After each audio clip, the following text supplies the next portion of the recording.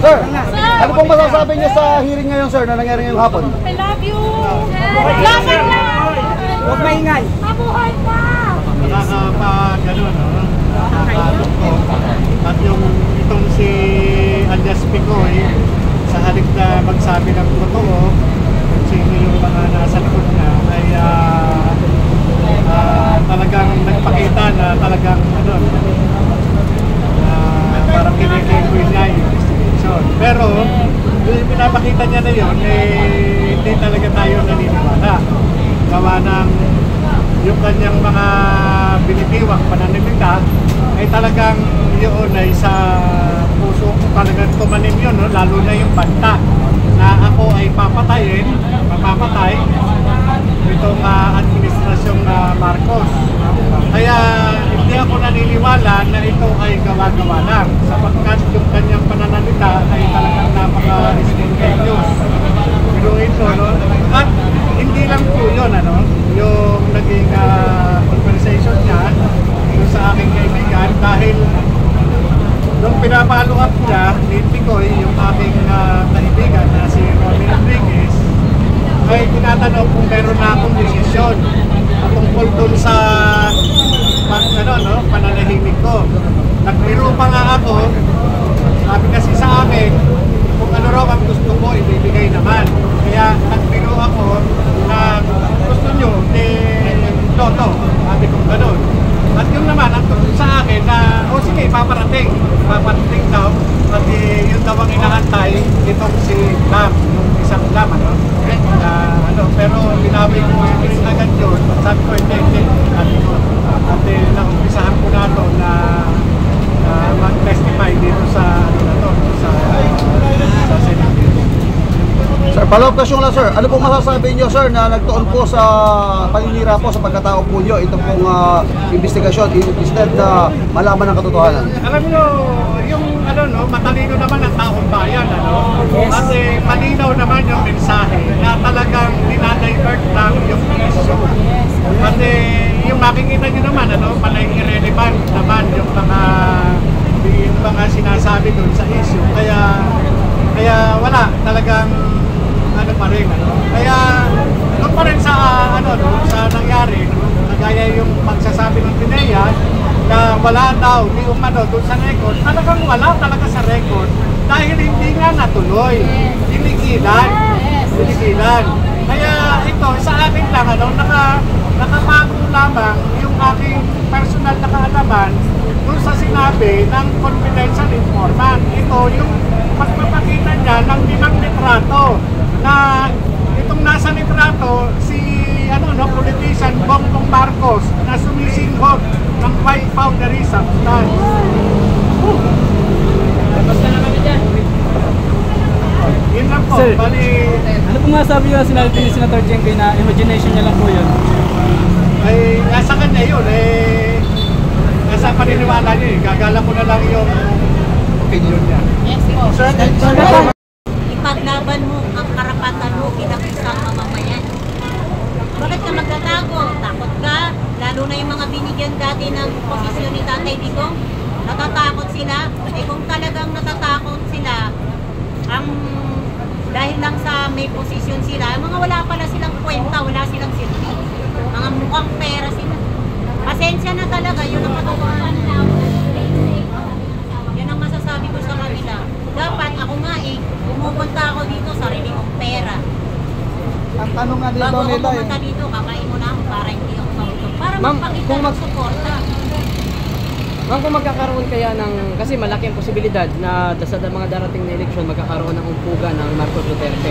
Sa palagay nyo kaya kakayanin itong mga Marcos kapag nagkaroon ng umpugan at ang mga Duterte? Hindi. Mas marami pa rin ang papanig sa mga Duterte. Dahil alam nila, nagtatrabaho sila para sa bayan. Wala silang personal na kasi kung si Tatay Digong kung mukha silang pera, sige lang. Gayahin ko na lang yung mga nakarang administrasyon.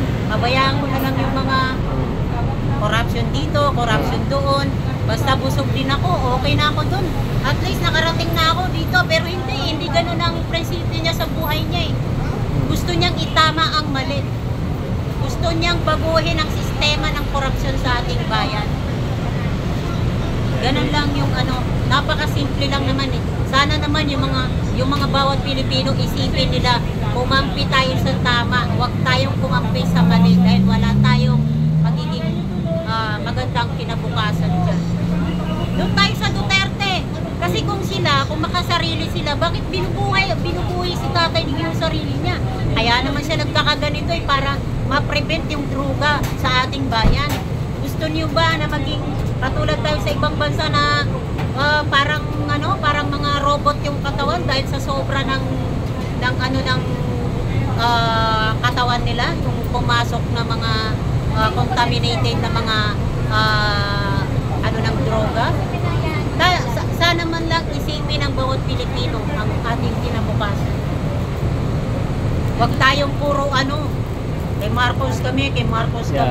Yung mga vloggers dyan ni Bongbong Marcos. Yes. Masasabi ko lang, bayaran kayo. Hindi kayo totoong Pilipino, mga bayaran kayo. Ano opinion mo doon, mga pinangalanan silang Ensimada vloggers? Totoo naman eh. Mga mukha silang Ensaymada dahil mga Ensaymada ang kanilang bibig. Yeah. Matatamis ang kanilang bibig dahil tinatambakan ng kapirahan. Ang alin ma'am, ang mga Ensaymada? Ang Ensaymada. Ensaymada vlogger? Oo, yung isa doon, binlock ako. Oo. Ano ngayon kung binlock niya ako, hindi naman ako kawawa, di ba? Para sa akin, mabuhay pa rin ako. Pero di ba dati napapanood mo naman sila, anong klaseng vlog ang ginagawa nila ngayon? Minsan, dinidedma ko na lang kasi ang alam ko, gumagawa lang naman sila ng mali eh. Para lang masabi na, oy, madam, bossing, ito na yung ginagawa kong paninira sa mga Duterte. Sana madagdagan nyo yung ito, gano'n naman talaga eh. Ano pa ba ang gusto nating pagtakpan dyan? So, maniniwala ka doon sa sinabi Kung ano man yung sinasabi nila, dedma na lang. Maniniwala ka ba sa sinasabi ni Senator Aimee na pinunduhan ng Congress siya ng 10 million para siraan siya, tapos sa mga Duterte billion daw? Wala akong tiwala. Blood is thicker than water.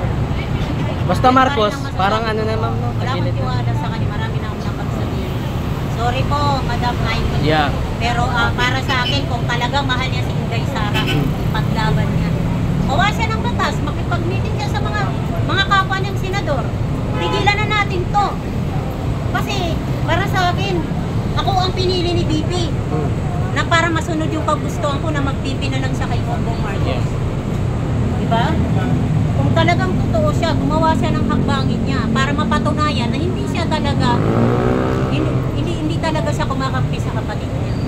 Pero hindi pa rin ako doon. Budget na daw sa kanya yung First Lady. Anong opinion niyo doon, ma'am? Alin? Budget na daw si First Lady kay Inday.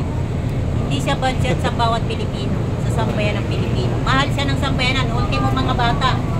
Walang kamuang mga bata, pero kung makahag kay Inday, kay BP Inday, parang kala mo mga niluwag niya. Doon pa lang makikita mo. Ayaw nga nila na, kasi daw si BP, puro daw camera. Sila nga din naman, camera eh. Kailangan talaga ipakita mo kung anong ginagawa ko, di ba? Hindi po pwedeng yung ginagawa mo walang nakakita. Paano malalaman ng sambayan ng Pilipino na nagtatrabaho pa, di ba? Pinagbabawal na gamot.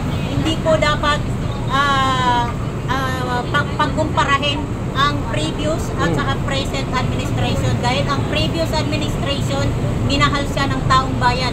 Dahil ramdam nila na sick sila, makakauwi sila ng sick sila, buhay sila. Kagaya nung napanood ko sa vlog or na-interview na isang mama na nagra-rider siya.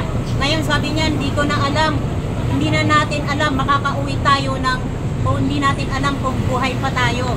Dahil sa kasalukuyan ngayon, hindi mo ramdam yung safety, yung makakauwi ka ng buong buo dahil hindi mo alam sa bawat kanto or sa mga malalayong lugar ay nandoon nakasalalay yung buhay ng bawat Pilipino. Okay, ma'am. Maraming salamat po. Thank you, ma'am.